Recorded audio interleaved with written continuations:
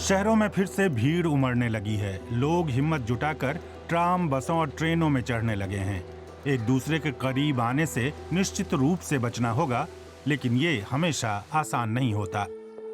खतरनाक भीड़ से बचने के लिए कंप्यूटर साइंटिस्टों और सिमुलेशन एक्सपर्टों की एक टीम म्यूनिख के स्टार्टअप एक्यूरेट में काम कर रही है।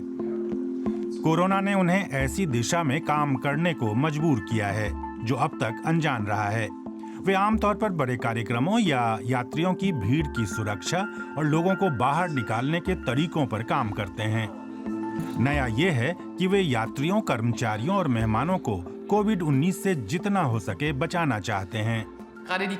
कोरोना संकट ने खास तौर से हमें ये दिखाया है कि कैसे सिमुलेशन न सिर्फ घनी भीड़ में मदद करता है, बल्कि ये देखने में भी कि हम एक कमरे में डिस्टेंस रूल के तहत कितने लोगों को रख सकते हैं। तो ये न सिर्फ दफ्तरों की इमारत के लिए है, बल्कि रेलवे स्टेशन के लिए भी। सिमुलेशन का आधार प्रोजेक्शन है। इंसानों के मॉडल, जिन्हें एजेंट कहा जाता है, जीवित इंसानों जैसे पैटर्न पर चलते हैं। कम से कम दूरी कितनी रखी जाए ये तय करना प्रोग्रामिंग में समस्या बनती है, ठीक वैसे ही जैसे कि असल जिंदगी में। यहाँ पर हमने पहले ही सोशल डिस्टेंसिंग के मुद्दे को शामिल कर रखा है। इसका मतलब है कि हमारे पास यहाँ चारों ओर हरे रंग का घेरा है, जिसका व्यास करीब 3 मीटर है। इन सब को बाहर निकालना है और वहाँ मैं देख सकती हूँ कि लोग बाहर आने लगे हैं। अगर मुझे 1.5 मीटर की दूरी रखनी है तो 1 मीटर चौड़े दरवाजे से पहले कौन जाएगा? थोड़ी थोड़ी देर पर एजेंट लाल हो जाते हैं और इसका मतलब है कि वे उस समय आपस में उतनी दूरी नहीं रख पाए। अब भी कोरोना के हिसाब से व्यवहार नहीं दिख रहा है। कौन किससे बच रहा है और कौन धक्का मार रहा है। लेकिन भीड़ के साथ हो रहे प्रयोग सालों से जोखिम के विश्लेषण को बेहतर बनाने में मदद कर रहे हैं।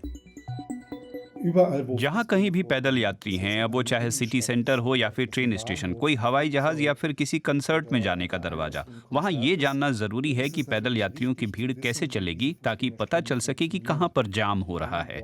और वास्तव में इसका संदर्भ बहुत व्यापक है। ये किसी इमारत से लोगों को बाहर निकालने का मामला हो सकता है, जहाँ ढेर सारे लोग हों, जैसे कि कोई स्पोर्ट स्टेडियम या फिर स्कूल, या फिर ये सवाल हो सकता है कि रेलवे स्टेशन ठीक ठाक चल रहा है या वहाँ जरूरत से ज्यादा भीड़ है।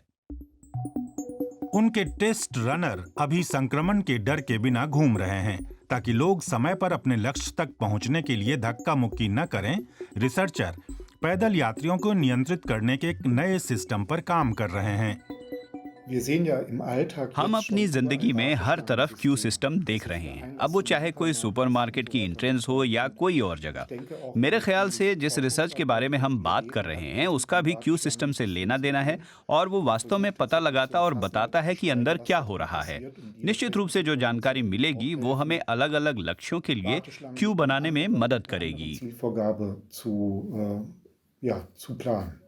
एक दूसरे के बीच न्यूनतम दूरी रास्ते और इंतजार के समय को कम करती है।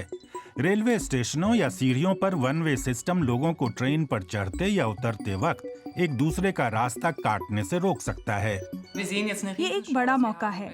हमें परिवहन मंत्रालय से एक रिसर्च प्रोजेक्ट मिला है जो हमारे सिम्युलेटर के विस्तार से जुड़ा है। तो मैं इसका महत्व बढ़ता देख रही हूँ, ताकि हम वापस सामान्य स्थिति में आ जाएं। और इसके लिए अंगेलिका क्नाइडल की टीम लोगों की संख्या, पिछले आंकड़ों, ठहरने के समय और आर्किटेक्चर के सही डाटा का इस्तेमाल कर रही है।